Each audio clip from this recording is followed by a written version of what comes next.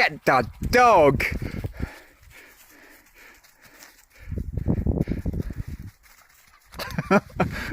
This is our great great helper in helping us focus. The dog is a horrible distraction, and as soon as I scold the dog, Eddie comes to the rescue and chases him off. Thank you, Eddie. Thank you. You're so sweet. Thank you. We need to reward Eddie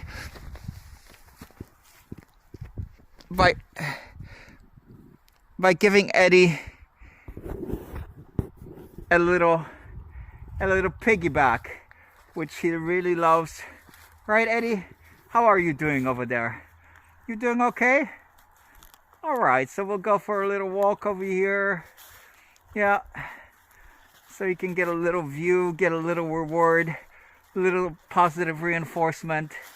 Okay, I feel a little restlessness over there. We're just checking out. So we're inspecting over here. Wow, look at this. Here is one of our hazelnuts being placed in the soil right over here.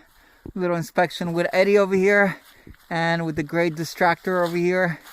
Here's another one already placed, already covered with the cinnamon salve that we're making ourselves.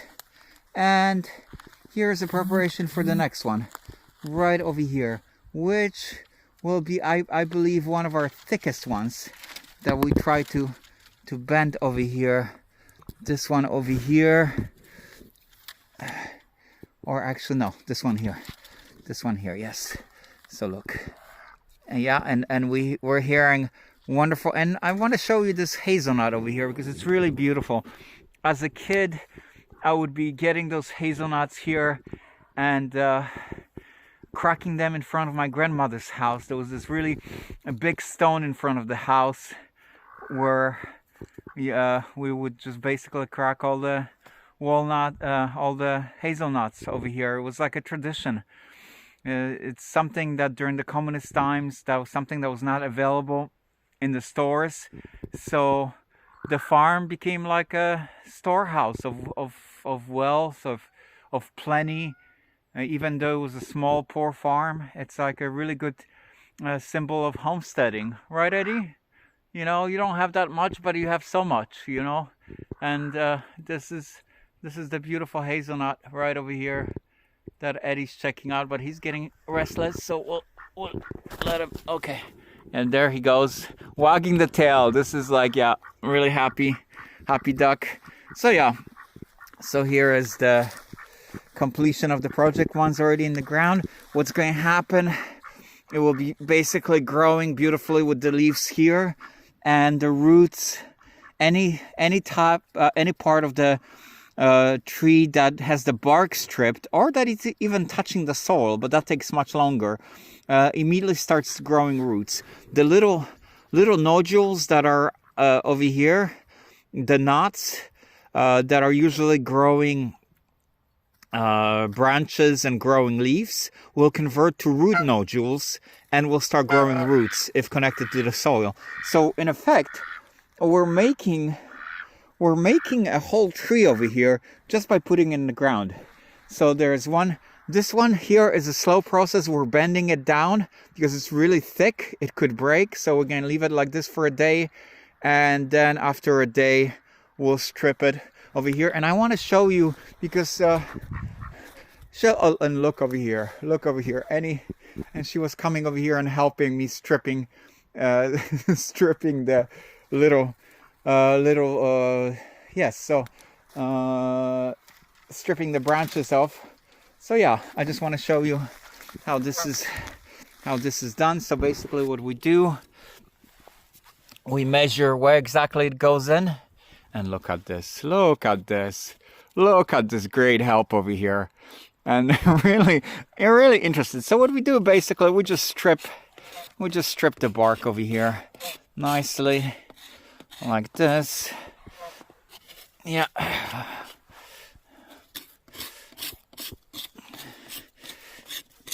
Not too long, not too short. The goose is joining in. Oh, and this is really great because there's a nodule over here from the branch, and this will actually be one of the first one rooting.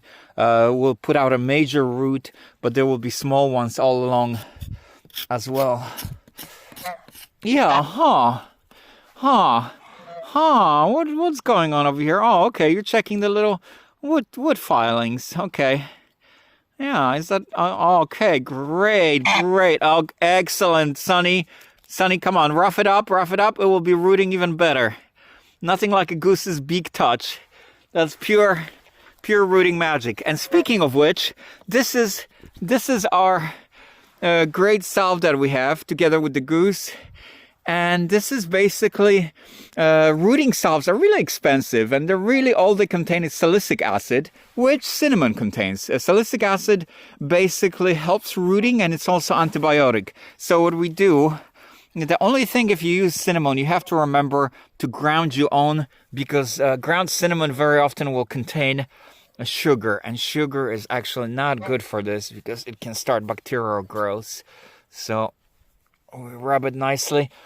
And the great thing is, another thing that's actually full of salicylic acid, that's another homemade rooting tincture, is actually powder from willows. Willows were like mega medicine, the bark itself. Before aspirin, it contains quinine, so it was even actually used for a variety of really intense, like pandemic diseases. Mainly dengue fever and so forth. So it was one of the really powerful, like, pharmaceutical grade medicine that willow bark was, and it also contains salicylic acid. So you can make a rooting tincture, and we're gonna make that next. The next rooting tincture that we're gonna be making will be. It just got really dark. Will be actually out of our willow bark, just to be self-sustained. This comes from the tropics. It's not very independent. It's not very homesteady. So yeah, right, Eddie? And Eddie's moving for the bugs. So yeah, so basically look at this. What we do is we put it in there like this. We will put another stone on top of this, which we have on the other side.